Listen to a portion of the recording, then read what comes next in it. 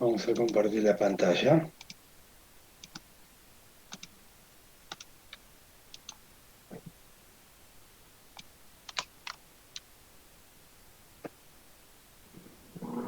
Vamos a profundizar un poco más en el día de hoy en los conceptos de preprocesamiento que se hacen habitualmente para mejorar el rendimiento de los algoritmos. Acuérdense, una vez que analizamos los datos, vimos cómo estaban, los limpiamos, aparecen un conjunto de técnicas, las cuales lo que vamos a tratar de hacer es potenciar nuestro dataset para que un algoritmo encuentre un buen resultado. Eso lo conocemos habitualmente como ingeniería de características. Dentro de ingeniería de características hay un sinfín de estrategias que seguir, pero que podemos dividir, acuérdense, principalmente en dos grandes grupos. Por un lado, generar nuevas características con información que esté oculta en características existentes en el dataset original. El ejemplo más clásico es la fecha y la hora, que lo podíamos dividir en fecha, hora, pero además podíamos poner si era la mañana, otra característica si era mañana, tarde o noche, si era feriado o no era feriado, si era la primera semana del mes, la segunda o la tercera, en qué mes era, en qué cuarter, en qué semestre. Eso es una de las posibilidades que podemos ejecutar y que debemos ejecutar. Por otro lado, también lo que podemos hacer es reducir la dimensionalidad del modelo para poder separar los patrones de una manera mucho más simple. Esto que estamos viendo es lo que se llama análisis de componentes principales. La idea que subyace detrás de el análisis de componentes principales es lo siguiente. No todos, no todas las características de un dataset son iguales. Hay datasets que tienen features que tienen mucho más peso al momento de tomar una decisión que otras, que tienen simplemente una contribución marginal. Bien, cuando nosotros entendemos esto, podemos decir, bueno, y si pudiéramos reducir esas características y generar nuevas características que representen, que tengan el componente anterior, pero en vez de tener 20, 30 características, poderlo manejar con 4 o 5 características. Que esos valores de esas 4 o 5 nuevas características que yo definí sea representativo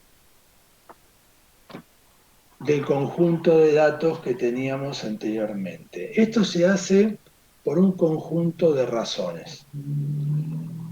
El primer lugar es que cuanto más características tenemos, a los algoritmos, en términos generales, hay determinadas familias de algoritmos que no sufren tanto esto, pero en general lo que les pasa es, les cuesta, se les hace más difícil encontrar los patrones, porque tengo un montón de, de hiperplanos, sería la forma de verlo, que tengo que analizar. Entonces, si yo puedo reducir esa cantidad de características, le estoy ayudando al algoritmo a que encuentre patrones de una manera más sencilla. Número uno. Esto me va a permitir que yo pueda trabajar y encontrar formas de describir los datos de una manera más simple. Ahora bien, hay varios métodos que uno puede utilizar para hacer esta tarea. El principal, el más conocido, el que todos usamos cuando arrancamos, es el PCA, Principal Component Analysis. Hay otros algoritmos que se utilizan también para la reducción de dimensionalidad de un dataset. Porque siempre tienen que saber que cuando hacemos algo de esto, utilizamos PCA o LDA o kernel PCA, distintos modelos que hay, lo que estamos haciendo es reducir dimensionalidad, nada más. Y como dice acá, esta introducción que tienen en el notebook les permite mantener la mayor parte de la información original. Bueno, imagínense este conjunto de datos. Tenemos este conjunto de datos.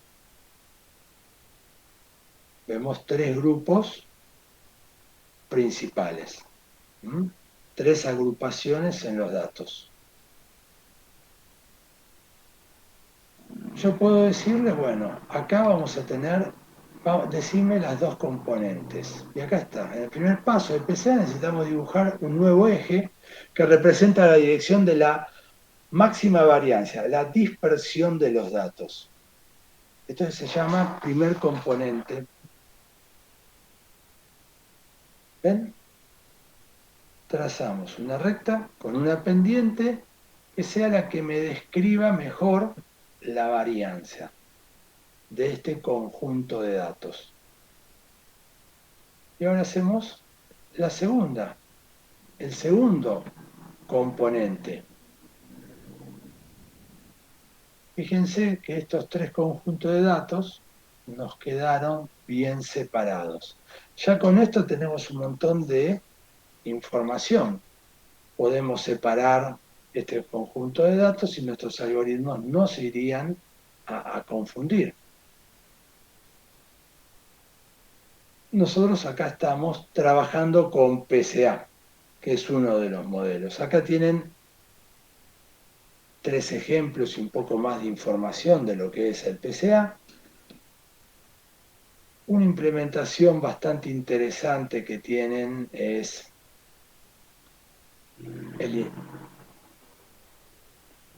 en Scikit-learn ya les da toda la info para que ustedes puedan desarrollarlo, pero no es más que esto.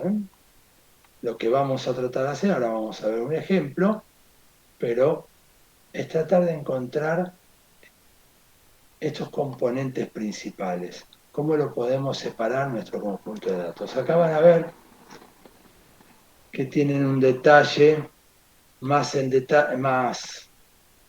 comentado de lo que es el PCA, con algunos ejemplos más.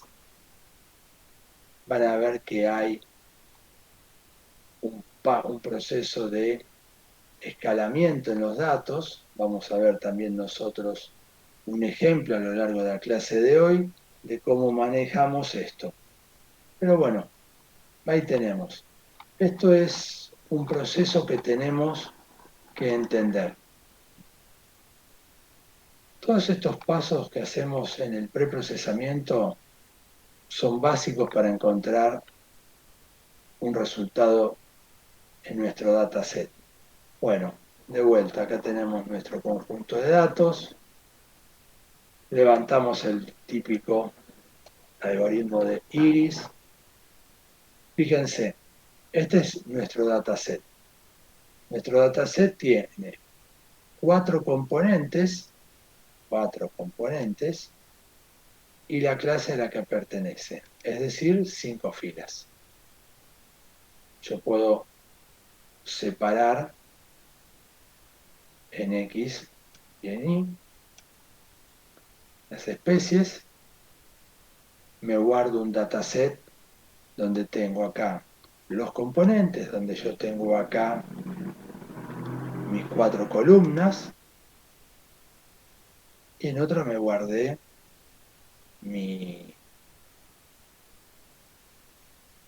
las características a cual empieza cada uno de ellos.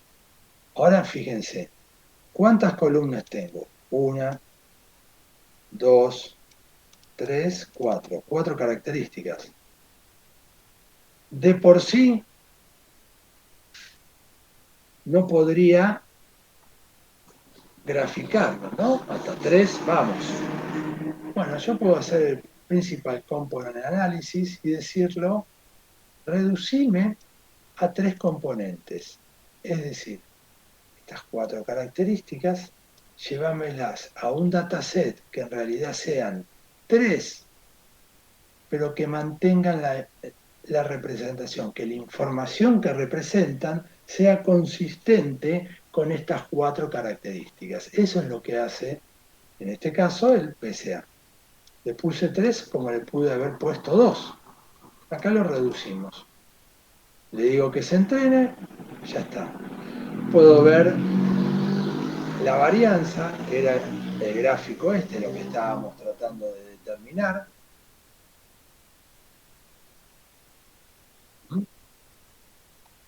¿Dónde tenemos? Acá. Habíamos quedado. La varianza. Podemos generarnos un dataset, le pusimos acá al entrenamiento que le dimos simplemente un nombre en el header para verlo de forma más amena, pero fíjense que lo que teníamos acá en 4, ahora tenemos el mismo dataset, la misma cantidad de registros, pero en 3 columnas, y los valores no son representativos, o sea, son valores que no vemos en primera instancia que sean equivalentes, ¿no? Es el resultado de hacer el cálculo de PCA. Acá lo que tenemos vemos el pro y el contra. El pro, reducimos la cantidad de características, podemos modelizarlo, fíjense, acá hacemos un gráfico en 3 dimensiones, y acá vemos cómo se pueden representar ese conjunto de datos y cada uno de los puntos es cada una de las clases que teníamos, y así, de esta manera podemos ver cómo se van separando, ¿no? Acá ya vemos, sin mucho esfuerzo, que hay una clase a la que pertenecía este dataset, la gris, que está bien separada, y después tenemos 2 clases que están un tanto agrupadas, pero bueno, ya estoy viendo acá cómo lo puedo separar y el algoritmo va a andar bien, ¿no? Porque si yo puedo ver a simple vista que hay una fuerte componente que permite separar ese modelo, podría inferir que el algoritmo también lo va a encontrar. Si yo vería todo mezclado en el centro, ahí me daría la impresión, o tendría casi la certeza, de que al algoritmo le va a costar bastante este proceso. Pero acá ven el punto en contra que tiene cuando aplicamos alguna reducción de dimensionalidad a un dataset. El dataset resultante, a simple vista, no nos está diciendo cuáles son las componentes estas. se generaron nuevas componentes. Y al momento de tomar decisiones y a explicar cuál es la componente que tiene mayor o menor peso, es difícil poder dar una explicación con eso. Entonces, todo tiene su pro y su contra. Bueno, vamos a dar a este modelo, lo vamos a desarrollar un poco más. Otra de las cosas que nosotros sabemos cuando trabajamos en ciencia de datos, lo aprendemos a fuerza de golpes, es lo siguiente. A los algoritmos no les gusta mucho que los valores no estén medianamente, homogéneamente separados. Entonces vamos a, como decimos siempre, a rescalarlos. Rescalo los valores originales. Hay distintas formas de rescalamiento. Puede ser, tomo el máximo valor, el mínimo valor para una columna y entre ese máximo y mínimo separo todos los valores, los llevo a base logarítmica. Hay varias formas de hacer esto y de vuelta la respuesta es la siguiente. ¿Cuál es el mejor? Va a depender del dataset que vos estás sentado enfrente en ese momento. Lo que vos estás viendo en la pantalla te va a ayudar a hacer eso. Bueno, armamos lo mismo, entrenamos generamos el cuantificador, tomamos los datos ya rescalados, fíjense que cuando rescalamos, los nombres de las características siguen siendo las mismas que teníamos, pero ya el valor interno no es el mismo, ¿no? Está rescalado. ¿Ven? Cada método que ustedes estén utilizando tiene un pro y una contra.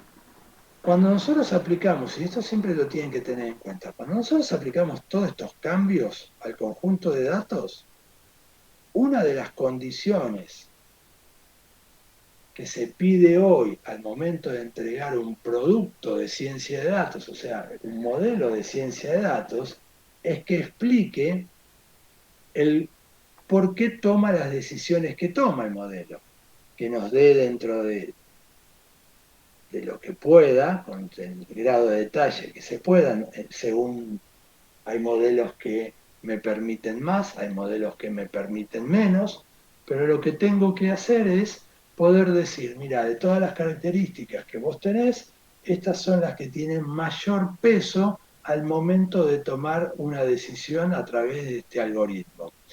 Y la forma en que toma las decisiones son, y se explica cómo es que lo está tomando.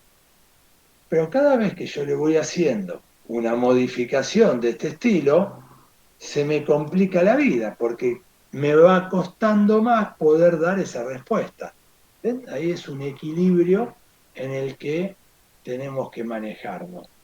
Vamos haciendo más preprocesamiento del algoritmo, puede ser que entendamos que demos mejores resultados. Pero el hecho de obtener mejores resultados puede implicar que nos cueste más poder decir de qué trata, cómo toma las decisiones ese algoritmo. Siempre tengamos presente esa situación. Acá le dijimos, de estas cuatro, ahora le dijimos, dame dos componentes nuevas que sean las que mejor explica esto. Le puse componentes 2, acá tenemos, acá resolvimos esto, un nuevo dataset, y es lo que nos poníamos acá. Generamos dos datasets, un dataset con los dos componentes, le tuvimos que poner el nombre a la columna, son totalmente distintos al anterior. Y ahora lo pegamos a la salida, ¿no? Para tener nuestro dataset y graficarlo. Y fíjense cómo nos quedó Nuestro dataset es el mismo que teníamos acá, que acá era en 3 dimensiones, acá lo llevamos a 2 dimensiones, acá lo llevamos a 2 dimensiones y nos queda en este sentido. Fíjense, vemos una clase que es claramente separable y acá tenemos otras dos clases, la verde y la azul, que no son tan separables, pero hay una parte que sí la podemos ver que se va a separar bien, pero algunos valores de borde, de frontera, se nos puede complicar y puede ser que el algoritmo diga que es una cuando en realidad es otra componente. Pero fíjense cómo nosotros acá ya nos dimos cuenta, la variable principal 1 y la variable el componente principal 2, cómo lo pudimos separar. Bueno, ahí ya tenemos resuelto una parte, ¿no? Ya podríamos decir, tomar con esto, porque acá cuando estamos viendo esto, uno puede tomar decisiones. ¿Cuáles son las decisiones que uno podría tomar?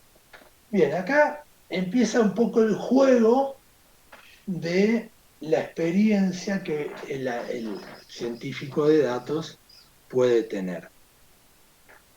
Uno podría, con esto solo, después vamos a desarrollarlo y vamos a ver que se puede separar un poco más. Pero lo que les quiero mostrar acá es, si yo les preguntaría, ¿qué están viendo en esta gráfica?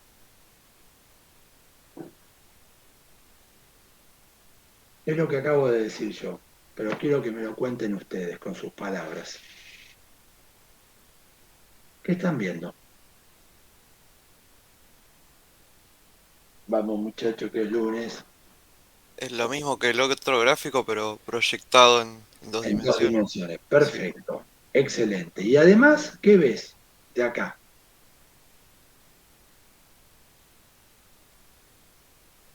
¿Qué más verías? Entre rojo por un lado y verde y azul por el otro. No estoy, a ver, que me dijo que con dos componentes ya podés distinguir por lo menos dos clases. Muy bien. A ver quién dijo eso. Bien, Tomás. Muy bien, Tomás. Yo por lo menos acá ya puedo tomar una decisión y lo voy relacionando con cuestiones de la experiencia que uno va teniendo, ¿no? Cuando va haciendo modelos de ciencia de datos. Como habíamos dicho, que a los modelos les gusta en términos generales tener menos dimensiones, y también habíamos dicho que les gusta en términos generales tener valores que se distribuyan para cada característica de manera un poco más homogénea, por eso lo rescalamos. También les cuento que en términos generales muchos algoritmos de clasificación funcionan mucho mejor cuando yo les doy problemas de clasificación binaria. ¿Qué quiere decir un problema de clasificación binaria? Que tiene que separar en dos clases. Punto. Y yo podría ver acá y decir, bueno, podría ser, ya que veo que se puede dividir bien la clase que está en color rojo de las otras dos, puedo hacer un pipeline en mi proceso de ciencia de datos, donde, por un lado, trato de detectar si es la clase de color rojo o la clase verde-azul. ¿Por qué? Porque si es del color rojo, tengo una alta certeza de que no se confunda con ninguna de las otras dos. Entonces hago un modelo simple en el cual además me cuesta mucho menos entrenar y obtengo el primer resultado. Pero si me dice de la clase, ahora podría generar, que es, dos clases tengo, clase roja y clase verde-azul. Si me dice que es de la clase roja, el primer algoritmo del Python, de ese flujo de trabajo de ciencia de datos que estoy armando, antes de este flujo de trabajo, ¿qué flujo de trabajo le puse? Todo el preprocesamiento que acaban de ver acá, dentro de los cuales está la reducción a través de PCA y el rescalado. Todo lo que vimos acá. Rescalamos PCA. Esto es el flujo de trabajo. Cuando llegamos acá, podemos decir, ahora ponerle en un algoritmo, el que se nos ocurra, después podemos elegirlo, que diga, separame el rojo. Si es rojo, se termina el proceso acá, porque sé que no se confunde. Pero si es verde-azul, va a entrar a otro modelo, que puede ser el mismo. El nombre del algoritmo puede ser el mismo, pero ahora lo volví a entrenar, pero con dos clases, para que reconozca verde y azul. Y eso impacta en determinadas cosas. Por ejemplo, puede implicar que le tenga que dar un nuevo preprocesamiento a los datos para separar el verde del azul, agregar algún preprocesamiento, o simplemente el algoritmo va a tener una certeza mejor porque, aunque tenga el mismo preprocesamiento, yo ahora estoy trabajando con problemas binarios de dos clases, 0 o 1, verde o azul. Entonces el algoritmo puede trabajar de una mejor manera. Puede ser que cuando lleguemos acá, en vez de hacer una reducción a dos dimensiones, tengamos que dejar la reducción de tres dimensiones para este que acá es verde y violeta, este violetita, este que ven acá, sea más fácil detectarlo. Bueno, eso es las cosas que uno podría llegar a hacer cuando está trabajando y está viendo estas gráficas. ¿Ven? Lo que siempre van a tener lo que les recomendaría en función de la experiencia, que lo que ustedes siempre tendrían que tratar de hacer es lo siguiente. En vez de trabajar con un conjunto de datos que lo preprocesan y agarrar un algoritmo que separe todas las clases, quizás haciendo un esfuerzo parcial de ir separando clases por clases, les resulta al final del camino mucho más simple, necesita mucho menos tiempo de análisis y además necesita menos capacidad de cómputo para encontrar un resultado que es tan bueno como el haber utilizado un modelo súper sofisticado para detectar en un solo algoritmo tres clases. Siempre tengan en cuenta esto, cuanto más sencillo puedan mantener sus modelos, más fácil va a ser algo fundamental, que es el mantenimiento del modelo. Acuérdense que ustedes, en términos generales, en cualquier proyecto de software, el tiempo dedicado al desarrollo, en comparación con el mantenimiento que le van a dar, es menos del 10%, según el tipo de aplicación que estén haciendo. ¿Qué quiero decir? Que el tiempo dedicado al desarrollo estará entre un 7, 8%, y el resto del ciclo de vida útil de ese programa, de esa aplicación, va a ser mantenimiento. Y en la ciencia de datos,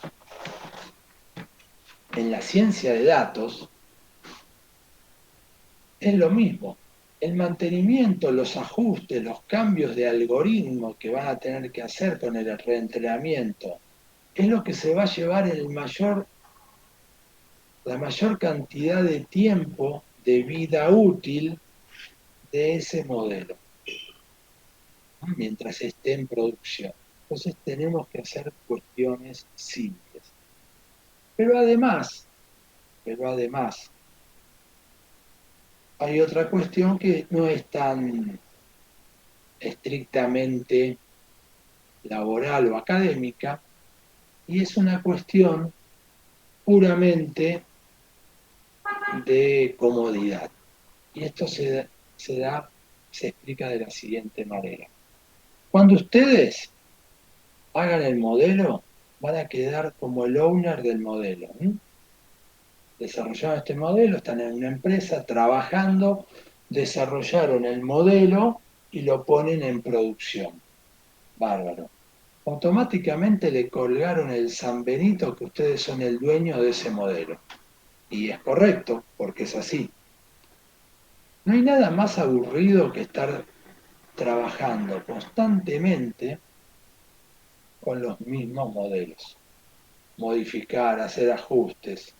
Uno quiere diversidad, quiere afrontar nuevos desafíos, quiere ir a desarrollar modelos para nuevas áreas de la empresa. Entonces, algo que no se dice nunca y que no está escrito en los libros es, si ustedes hacen modelos simples y fáciles de seguir, ustedes van a poder delegar en otras personas de una manera rápida y sencilla el mantenimiento. ¿Mm? Que esto tiene toda una explicación. Si ustedes son los seniors, los científicos de datos seniors, es mejor que se enfoquen en desarrollar nuevos modelos, en atacar nuevas áreas de la empresa, que en el mantenimiento perfectivo de un modelo que ya está funcionando. Entonces, esa vara de mantener los modelos de una manera simple hacen que ustedes puedan delegar esa responsabilidad. No es un dato menor al momento de tener que hacer el mantenimiento. No es un dato menor. Bueno, continuemos.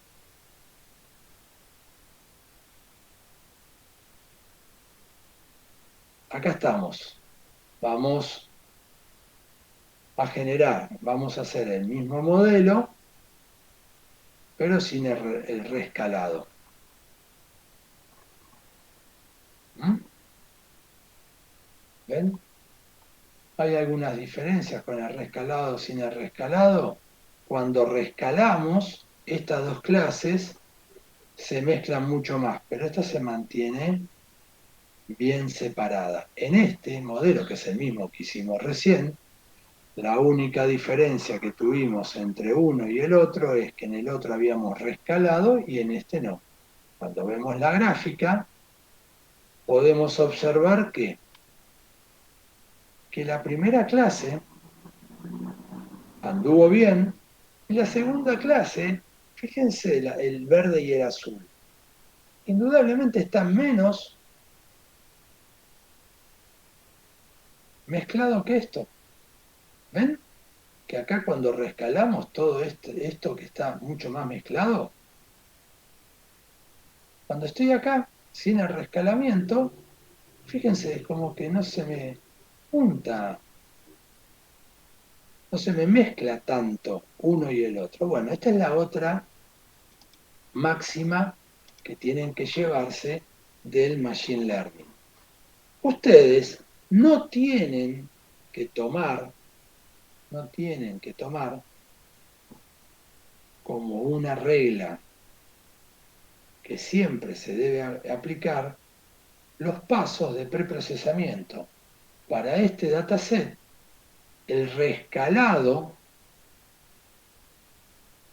y luego la reducción de los componentes no era la mejor aproximación que nosotros podríamos tener. simplemente aplicando la reducción de dimensionalidad, podemos mantener un conjunto de datos más separable que el que hicimos cuando lo rescalamos. Contraintuitivo, porque siempre nos dijeron que era mejor que los algoritmos funcionan. Bueno, ahí estamos. Continuemos. Hay otros modelos de reducción y depende el dataset con el cual estás trabajando.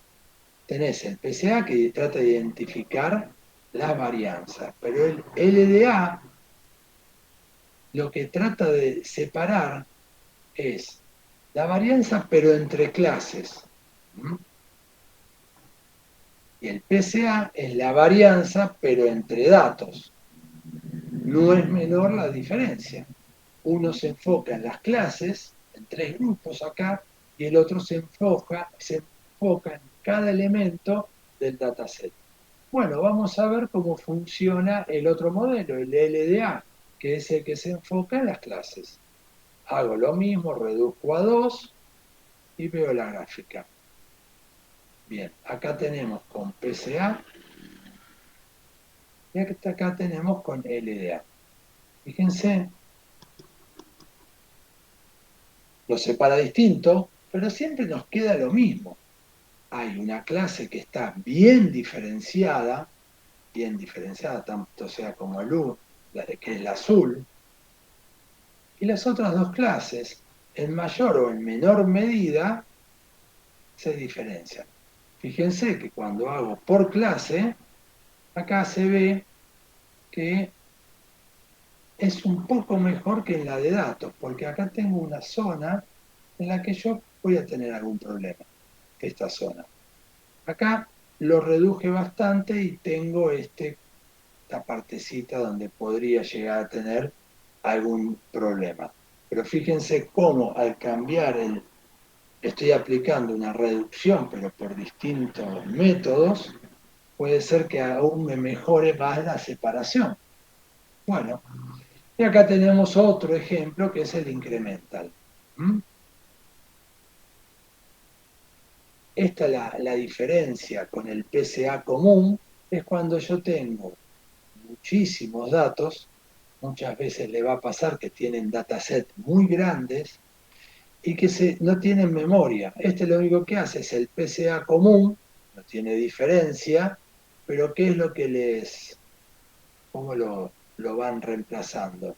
Bueno, lo que van haciendo acá es levanta por, por partes del archivo y va generando la nueva aproximación, ¿no? Acá tiene el batch size que se le agrega al otro. En este caso le ponen 10, pero fíjense, el componente es 2, como estábamos acostumbrados.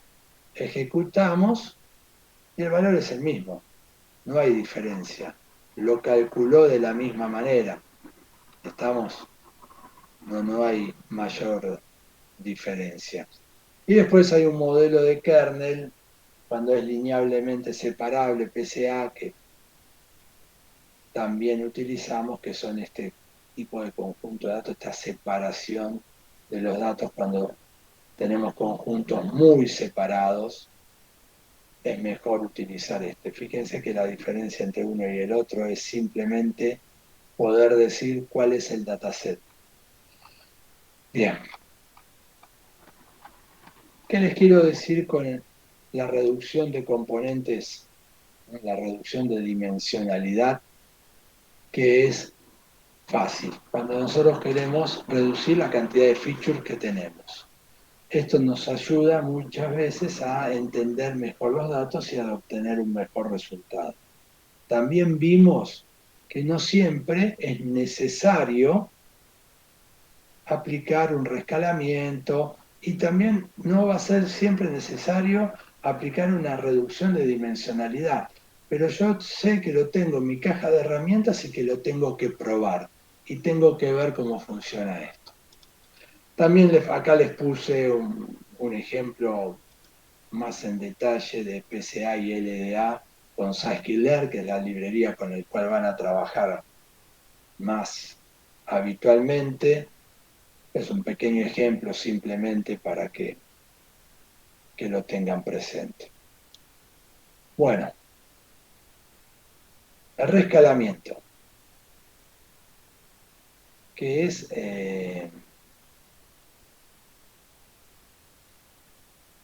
lo que habíamos visto recientemente, que uno de las reducciones, uno de los modelos de PCA andaba mejor y peor cuando lo hacíamos o no lo hacíamos.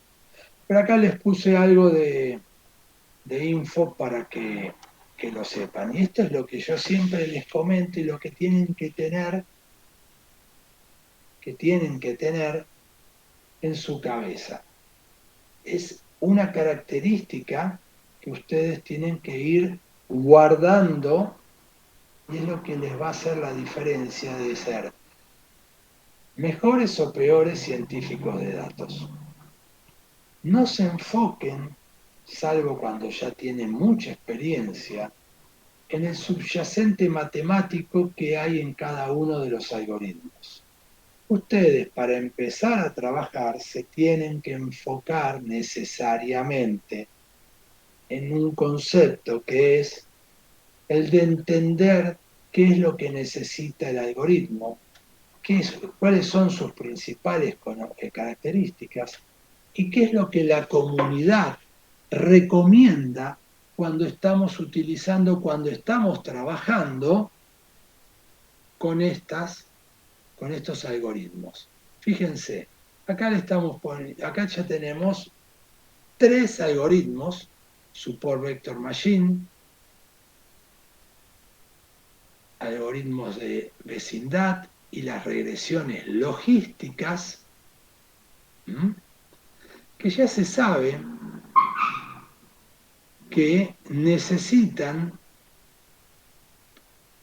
generar una normalización para que funcionen mejor, para que den mejores resultados. Con lo cual, si nosotros vamos a evaluar a estos algoritmos, deberíamos intentar al menos para estos algoritmos hacer un reescalamiento.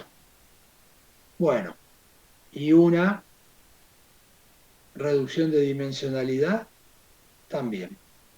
Acá tenemos un ejemplo, tomamos los datos. Fíjense en este pequeño ejemplo.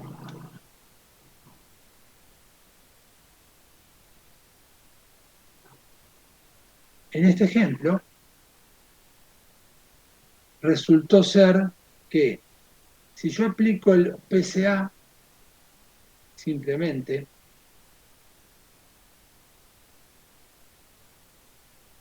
me da un 81%, pero si a este le aplicaba una estandarización, dividía mi dataset con un 98% de certeza. Es lo que hice acá, ¿no?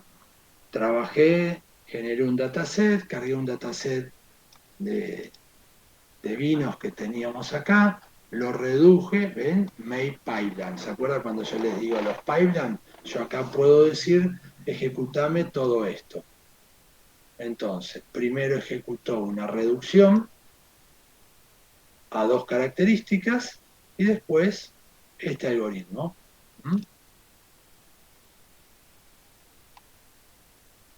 Acá tengo, entreno y digo que me prediga. Y en el otro le dije, en el otro ejemplo, make pipeline, estandarizo, reduzco y aplico el mismo algoritmo. Entreno, predigo y acá me devolvió los 2 valores. ¿Vieron? Un paso más que fue la estandarización para esta familia de algoritmos llevó de un 81% a un 98%. Es muchísimo. ¿Ven? En el ejemplo anterior no fue tan bueno. Y en este ejemplo subió mucho. ¿Cuál fue la diferencia? Si apliqué la misma librería y los mismos métodos. Standard Scaler, ¿se acuerdan que lo teníamos anterior? El PCA también. Lo que cambió nada más es nuestro dataset. ¿Mm? Nuestro dataset. El dataset que nosotros cargamos es lo que hizo la diferencia, que aumentara o bajara. ¿Por qué? Por lo que pasa siempre con los datasets, la distribución interna del conjunto de datos es lo que va a dictar cuál es el mejor algoritmo y los mejores pasos de preprocesamiento que tengo que hacer. Bueno, acá tengo el escalamiento, los valores que tenía internos con y sin, nada más. Y acá está el resultado en una forma gráfica, para que lo vean. ¿Ven? Sin, para este conjunto de datos que tenía, sin el reescalamiento, tenía estos que estaban, me los separaba. Cuando yo los estandaricé, fíjense cómo se separaron automáticamente los datasets, las clases dentro del dataset.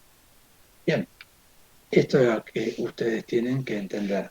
En un conjunto de datos puede ser mejor, en otro conjunto de datos puede ser peor.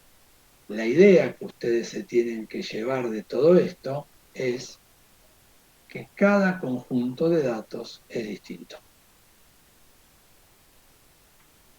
En consecuencia, cada conjunto de datos va a tener que tener un preprocesamiento diferente. Nada más.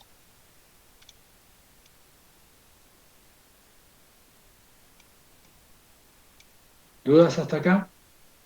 ¿Les queda el concepto principal de esta charla, que fue: dividan los datos, evalúenlos, pero no se queden con un paso que lo hacen simplemente porque todos los libros dicen que hay que hacer? No, hagan pasos en función del conjunto de datos. ¿Y cómo lo van a tener que hacer? No nos queda otra que prueba y error. No hay un método, por lo menos conocido hasta ahora, que sirva para todos los datasets. Son combinaciones de estos. ¿Está? Eso es lo que tenemos que entender todos. Bueno, ¿alguna pregunta hasta acá? Entonces si uno tiene que elegir entre PCA o LDA, es a prueba de error también. Exacto, porque puede ser que alguno te sirva más que otro para distintos datasets. No hay reglas estándar, hay pequeñas cosas que se van que después con la experiencia vas a ir viendo que puede ser que sea más probable uno y el otro, pero no hay ninguna regla estricta y eso es el problema.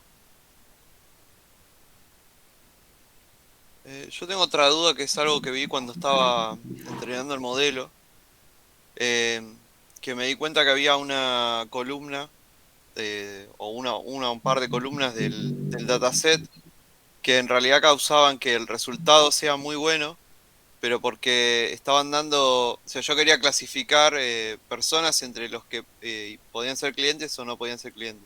Bien, Y había una columna que indirectamente te decía eso, pero que no debería estar. O sea, que era como el resultado final. Por ejemplo, como si yo te dijera la sí, fecha de sí. venta. Entonces, hasta yo me di cuenta más adelante, pero digo, ¿hay alguna manera de uno darse cuenta que capaz hay algunas columnas que están alterando el resultado? EDA se Ah, llama, análisis exploratorio de datos. Vos tenés que ver y te tenés que ir dando cuenta. Y es un modelo de iteración, es un proceso de iteración.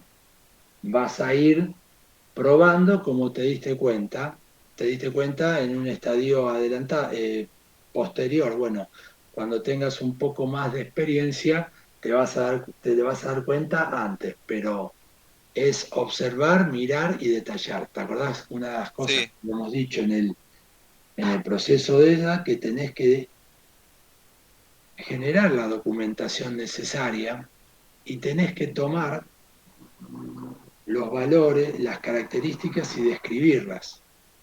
Tiene que tener el origen de dónde vino, hacia cuál fue el preprocesamiento que se le dio, por qué se incluyó en el dataset. Son cosas que yo tengo que tener documentadas.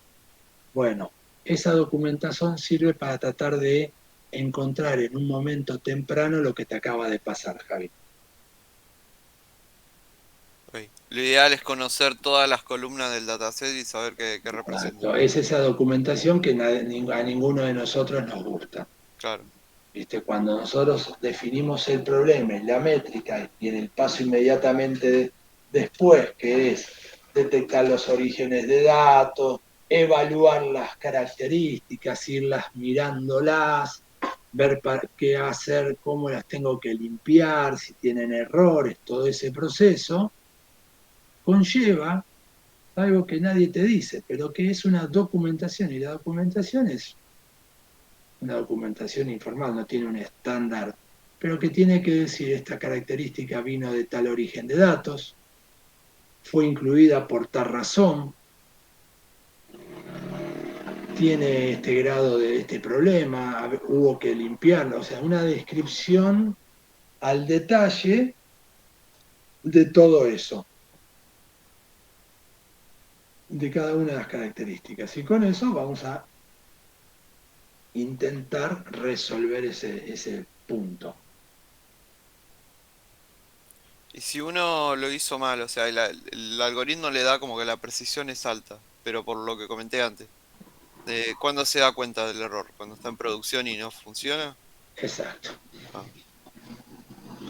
Lo que pasa es que lo vas a hacer un paso antes porque vas a trabajar con algo que se llama, vas a tener un ambiente que se llama UAT, User Acceptance Test, que es el último punto antes de pasarlo a producción. Entonces, ese antes de pasarlo a producción, lo que te va a hacer es que vos puedas hacer una prueba y ahí te vas a dar cuenta, no va a ser estrictamente eh, una cuestión de decir, me di cuenta cuando pasó a producción. Deberías tener ese paso anterior donde vos te das cuenta. si uno ve que un algoritmo es demasiado preciso, puede ser una señal Sospechá, de que hay algo mal, ¿no? sí, sospechá. Mm. Si a vos todo el dataset de prueba que vos le das te da 99,99 o uno, el clásico, 1% o el 100%, eh, o sea que está encontrando todo, eso es síntoma de dos cosas. O está funcionando mal, el algoritmo, pusiste algo mal, como decís vos, pusiste una característica que es el modelo en sí. O el segundo problema que suele suceder ahí es que ese problema no ameritaba un modelo de ciencia de datos. Entonces, la otra regla de escritorio que se tienen que llevar todos ustedes es la siguiente. Cuando ven que le da extremadamente alto, el extremadamente alto, el 99 o 100% de certeza cuando hacen las pruebas es o alguna característica que están poniendo está mal, porque es información que después en producción no la van a tener, o era un modelo que no servía, que no ameritaba un proceso de ciencia de datos. Esas son las dos cuestiones, Javier. Gracias, profe. De nada. ¿Alguna pregunta más?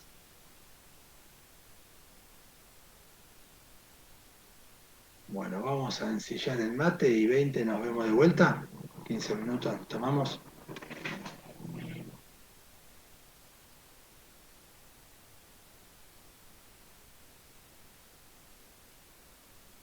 Validation, bueno, la definición está ahí. Es un método que nos permite reducir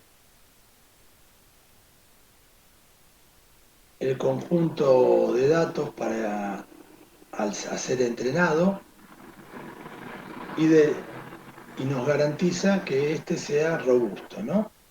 ¿Cuál es el gran problema al que nos enfrentamos? Nosotros cuando tenemos un dataset, lo que nos sucede es que tenemos que dejar un conjunto de datos, ¿se acuerdan? La segregación de datos para después para hacer la validación. Un conjunto de datos lo teníamos que dejar por fuera del modelo y así verificar el conjunto de datos. Bárbaro. Cuando trabajamos con un modelo de ciencia de datos, internamente lo que hacemos es, al margen de ese conjunto que validamos, que ya separamos, tenemos que separar también el conjunto de datos en prueba y error para que el algoritmo se dé cuenta cuál es la métrica, el accuracy, en este caso, si es que lo usamos, que es el más apropiado. Bárbaro, hasta acá no tenemos mayor inconveniente. Pero el gran problema es entender cómo hacer esa división. No es una cuestión menor. Imagínense que ustedes tienen 100 registros con los cuales van a entrenar el algoritmo. Y ustedes dicen, bueno, tomo los últimos, me guardo los últimos 10 para generar la prueba, ¿no? Esto ya está por fuera de lo que habíamos hecho el paso anterior, que les quede claro, ¿no? Yo agarré un conjunto de datos y eso yo de aleatoriamente, random, no se los presento al algoritmo. Eso ni sabe el algoritmo que existen. Estamos trabajando con 100 registros que son los que el algoritmo va a saber que existen. Entonces, lo que vamos a hacer es, tomo 10, entreno con los 90 restantes y después valido con esos 10. El algoritmo lo hace automáticamente, ¿no? Le paso los datos, veo la accuracy, hago la predicción, evalúo, ajusto, hasta donde me llega un valor que me satisfaga en la métrica. Ese es el trabajo habitual que nosotros hacemos. Pero la pregunta que nos hacemos, ¿qué 10 registros tomo? ¿Cuáles son los 10 registros que tengo que tomar?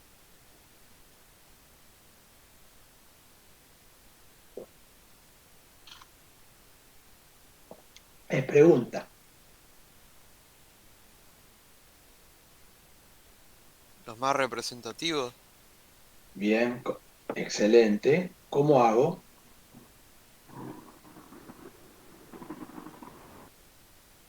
¿Te acordás cuando, no sé quién fue, quién habló ahora? Yo, profe, Javier. Javi. Bueno, ¿te acordás lo que te pasaba con el conjunto de datos que no sabía? Acá es lo mismo. No sabemos cuáles son. Son 100 registros. ¿Cómo yo de antemano puedo decir esta muestra de 10 que voy a utilizar es la apropiada? Eh,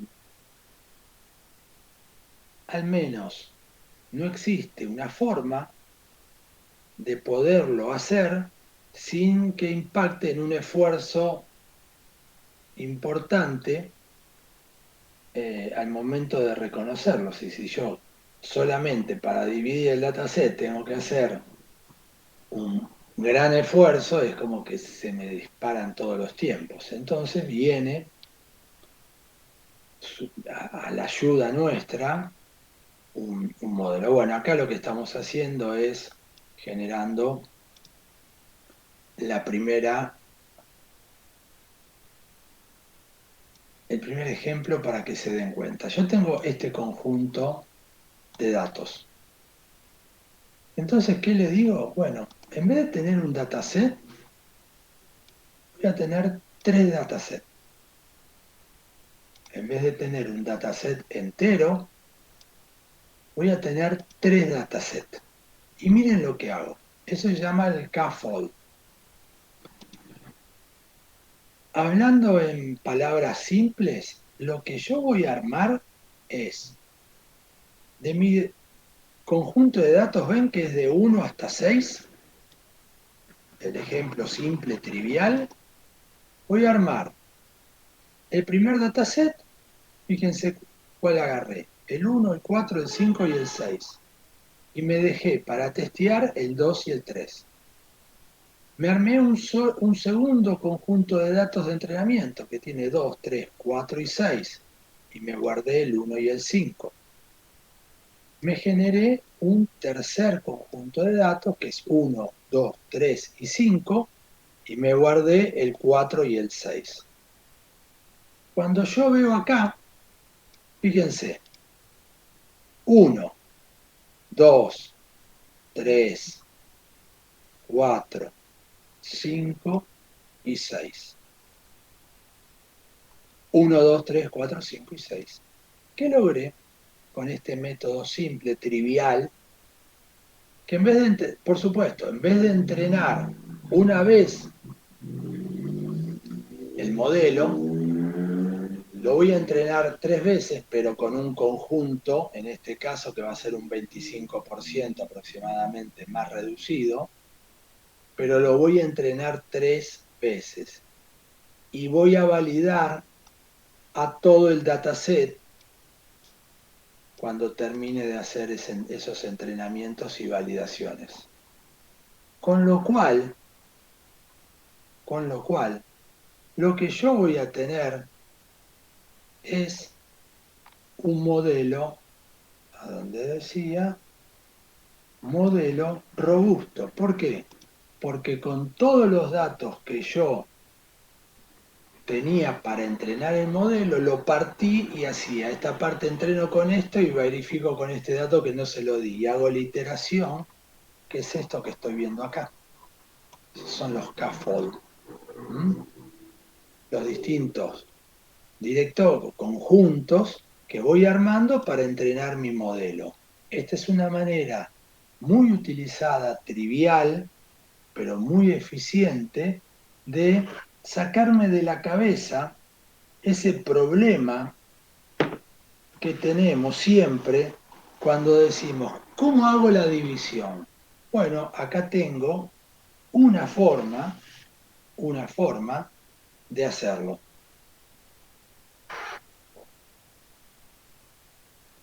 Una forma de hacerlo. ¿Cuál es la forma? Bueno, lo voy dividiendo. Acá puse 3, podría haber puesto 4, podría haber puesto 2.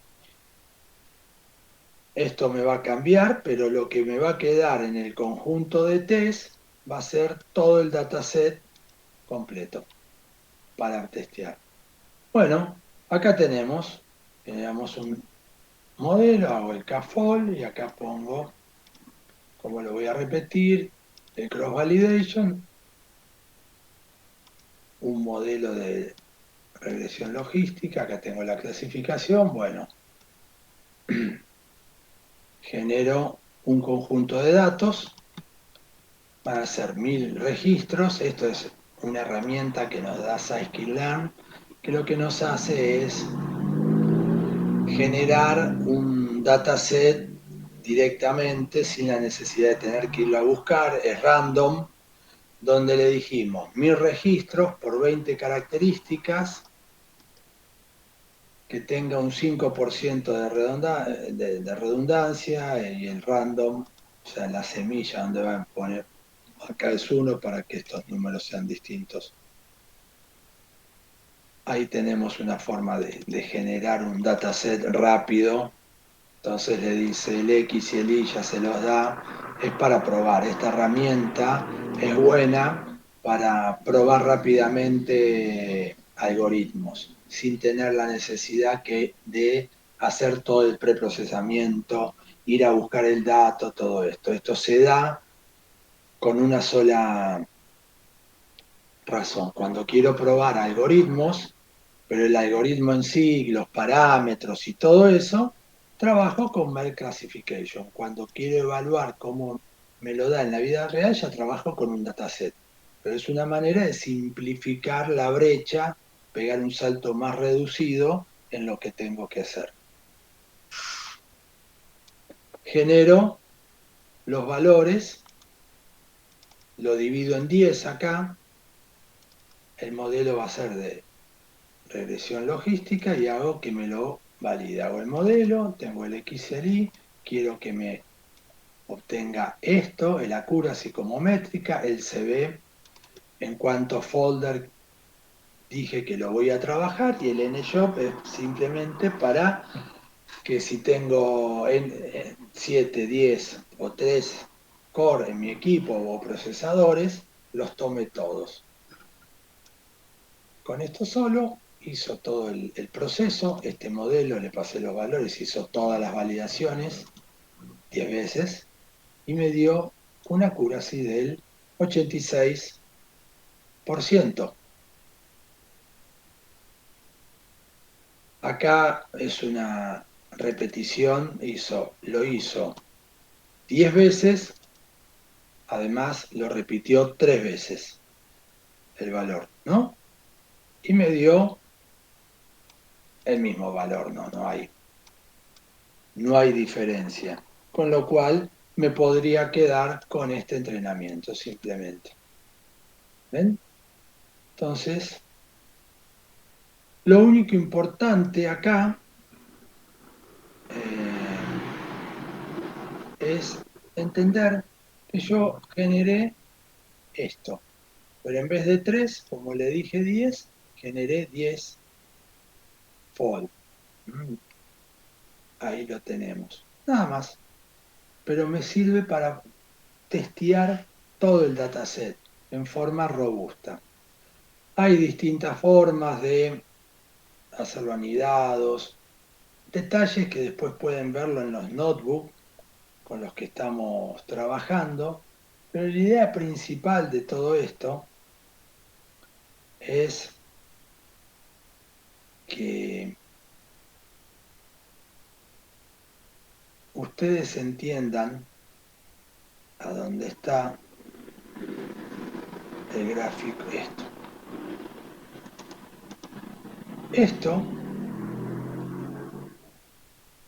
es lo que tienen que entender que hace el dataset. Fíjense, si ustedes le ponen que lo divide en 5, el dataset, que el total es toda esta suma de puntos azules y rojos, va a ser un primer fall, que es así, el segundo es así, el tercero es así, el cuarto es así, el quinto es así. Si le dicen 3, es lo mismo, pero en 3 partes. Esto es sin mezclar, va tomando el conjunto de prueba todo junto. ¿Estamos? Esto es lo que se hace gráficamente. Puede haber otra forma de hacer lo mismo, pero con mezcla. ¿Ven? Van pegando el salto de un lado y del otro. Entre estos dos, ¿cuál es mejor? ¿Cuál es peor? Es difícil decirlo. Es difícil decirlo, pero la idea que se tienen que llevar es el concepto de folds. Y que es esto. Lo tienen que ver bien y lo tienen que entender bien. Y esto sí es un paso que sería altamente recomendable utilizar cuando entrenan los modelos. ¿Por qué? Porque así hacen más de un entrenamiento. Cuando ustedes suman los tiempos, indudablemente, trabajar con folds tiende a ser un poco más, consumir un poco más de tiempo, porque tienen que hacer más entrenamientos que si trabajarían con uno solo. Pero bueno, la idea es que nos saquemos de encima el proceso de decir o tomo uno o tomo lo otro. Después, si toman este o toman este, si tienen un conjunto de datos muy homogéneo, este sería mejor. Si es un poco más heterogéneo, este, porque van a tomar de distintos lados. Pero esta división de con mezcla o sin mezcla podría ser un concepto secundario, ¿no? Lo importante que ustedes se tienen que manejar es el concepto de cómo hago la división entre datos de entrenamiento y datos de prueba. Y acá es lo que el resumen de todo esto, de los FOL, es el K.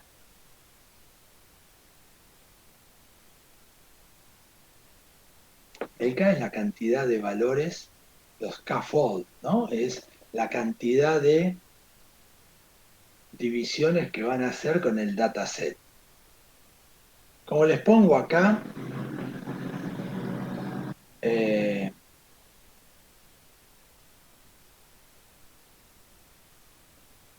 un valor K mal buscado, mal definido, puede dar errores. El valor que se utiliza en términos generales es entre 5 y 6, y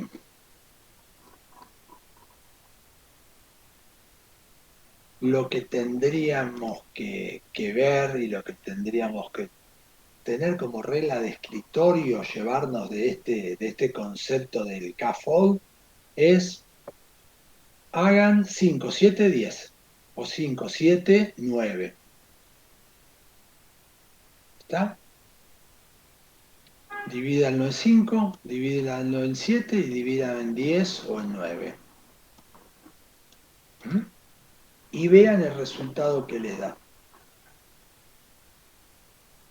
Si los valores en esos tres son consistentes, deberían ser medianamente parecidos, quiere decir que está bien elegido el K, pueden tomar cualquiera de los tres. Ahora, si hay un salto grande, bueno, ahí tendríamos que tener cuidado y hacer un análisis más profundo. Pero esa es la idea de trabajar con el cross-validation, la validación cruzada. Es un concepto que se tienen que manejar y deberían tener en cuenta, ¿no? Bueno, continuemos. Otro concepto, sí, Ahí vi que dice que se divide en tres, en entrenamiento, prueba y validación. sí. ¿El de validación qué sería? ¿Cuál sería? Es ese que no se lo mostraste.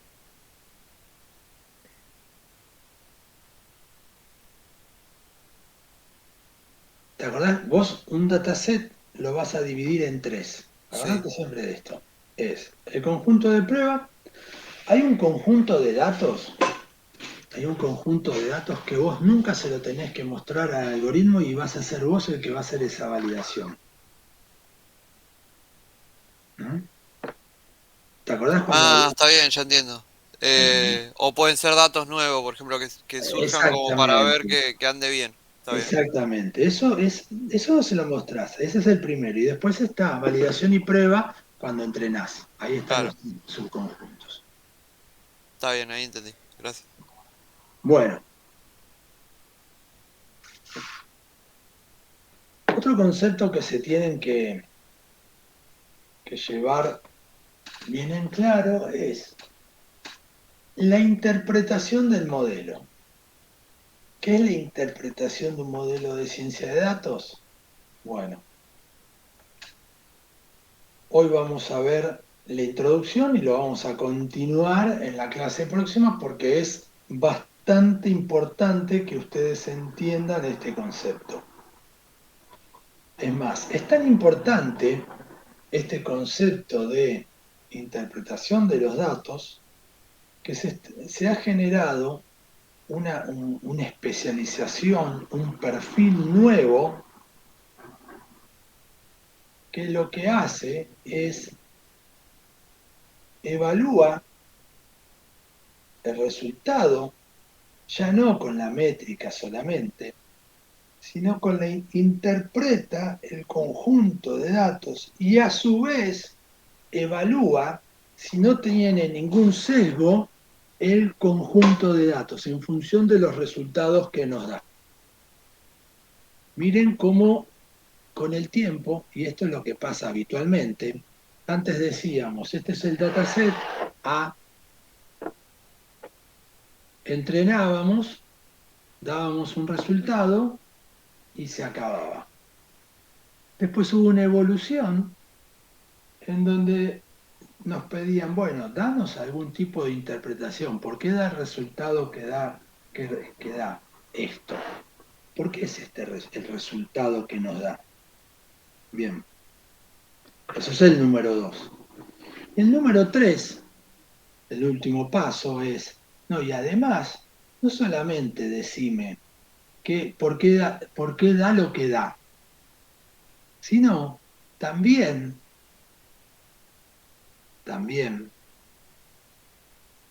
es el concepto de encontrame algún sesgo si hay en el dataset, porque ahora que vos estás interpretando, ¿por qué viene ahora esto de entender el sesgo en el dataset? Lo que vos tenés que entender es, si vos ya podés explicar por qué responde lo que responde el algoritmo ya entrenado, también tenés las herramientas a tu disposición para ver y entender si el dataset que le diste a ese algoritmo no tiene un sesgo y estamos generando un resultado que es consistente, es robusto, tiene la métrica apropiada, pero estamos cometiendo el error de no haber incluido en ese dataset una nueva clase, una nueva categoría que sí vamos a tener en producción. ¿Ven cómo va todo de la mano?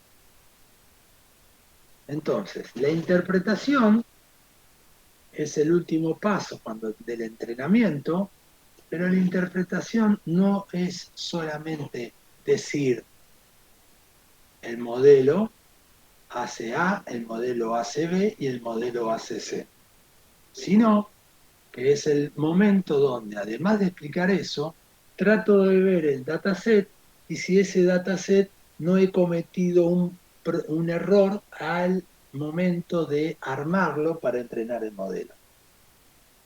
Bien. Bueno, hay algunos conjuntos de datos que lo vamos a repasar en la próxima clase, nos vamos a meter más en la teoría, pero lo importante es, estas son las salidas que vamos a ir viendo y la que tenemos que entender. Fíjense, esta gráfica lo que nos representa es quién es el que tiene más y menos peso al momento, o sea, peso cada una de las categorías de las features que tenemos, quién es la que tiene más o menos peso y cuál es su aporte en el modelo final. ¿Estamos? Esto es lo que tenemos que entregar como resultado. Estas son las gráficas que habitualmente se entregan como resultado para resolver y para hacer la interpretación de los modelos. O esta, que es el SHARP, esta es mucho más conocida, donde nos dice la dispersión, cuanto más alto o menos, azul o rojo, y cómo está representado en el peso, en la variable en el eje de las X, cada una de esas eh, características. No hay que confundir, porque este es el problema de leer esto. Las que tienen menos peso, las que tienen menos incidencia, son los valores que están más agrupados al cero. Valores positivos o negativos quieren decir que tienen injerencia al momento de ser evaluado algo del dataset, porque la injerencia que puede tener una categoría en el resultado final del entrenamiento puede ser sumando o restando. Entonces, cuando vemos estas gráficas, podemos ver que tenemos que entender que los valores que están más próximos a cero son los que tienen menos injerencia. Pero después lo vamos a ver más en detalle y vamos a entender cómo son estas gráficas. Esta es la gráfica de Sharp, que es quizás la más utilizada. Para que tengan un pequeño adelanto, ya hay algunas librerías, como la que vamos a ver, en donde directamente le podemos decir, bueno, acá está el modelo entrenado, te doy el modelo, te doy el dataset y dame la interpretación del resultado. Y me da, en este caso, cada una de las características que yo tenía, cuál era el aporte del peso significativo al momento de tomar una decisión. Fíjense, en este modelo trivial que estoy mostrándoles, tenemos tres características donde las primeras dos características se llevan la inmensa mayoría del peso de la decisión. La tercera es un valor que es, podríamos decir, casi residual al momento de tomar las decisiones. Estos son distintos conjuntos de situaciones que podemos evaluar y que vamos a ver más adelante en la próxima clase con esto de la explicación. ¿Ven? Acá tenemos más conjuntos de variables, bueno, cuál es el menor, el que da más aporte, menos aporte, este es el que negativamente aporta y este es el que más aporta, bueno, distintas formas de interpretar esto que nos van a ayudar a poder tomar una decisión de decir, este modelo anda de esta forma y el dataset no tiene ningún sesgo, está bien. Bueno, fíjense que este es un gran dataset, un gran notebook que tenemos que ver en detalle porque tiene mucha info. También vamos a ver que hay varias herramientas que nos permiten hasta texto, cuando queremos trabajar con dataset de texto, podemos ver qué es lo que más importa o menos importa. Bueno, interpretación. Esto es lo que vamos a ver en detalle en la próxima clase y no vamos a ver otra cosa más, porque de por sí es bastante complejo, pero más que la complejidad, que eso es relativo porque utilizamos librerías, es central al momento de entregar un modelo hoy por hoy. No se puede entregar un modelo sin tener esto presente, sin entregar, además del modelo, un reporte con toda esta información. Si no, no se puede, es inviable entregar hoy por hoy, siempre te lo van a preguntar. Bueno, chicos, ¿alguna pregunta? Una pregunta, esos reportes sería como la documentación, ¿no? Ok. Exactamente. Y otra pregunta, ¿en qué momento es posible que falle cuando se entrega más de un dataset, la IA o la ¿Cómo? máquina? No te ¿En entendí, qué Vicente. momento es posible que falle la máquina cuando se entrega más de un dataset? Como el ejemplo que vos mostraste, que por ejemplo hacía tipo 1.5, 2.6 y 3.4. ¿Es posible que falle en algún momento de esos? Disculpame, pero no te estoy entendiendo la pregunta. ¿Es posible que falle la máquina cuando se entrena con más de un dataset? Mm, No, no tendría que ser, no tendría que pasar. Ok. Ah, era eso. Bien, bueno. Bueno, chicos, entonces nos vemos el próximo miércoles. Hasta luego, profe. Nos vemos, Hasta profe. luego. Chau, chau. Gracias.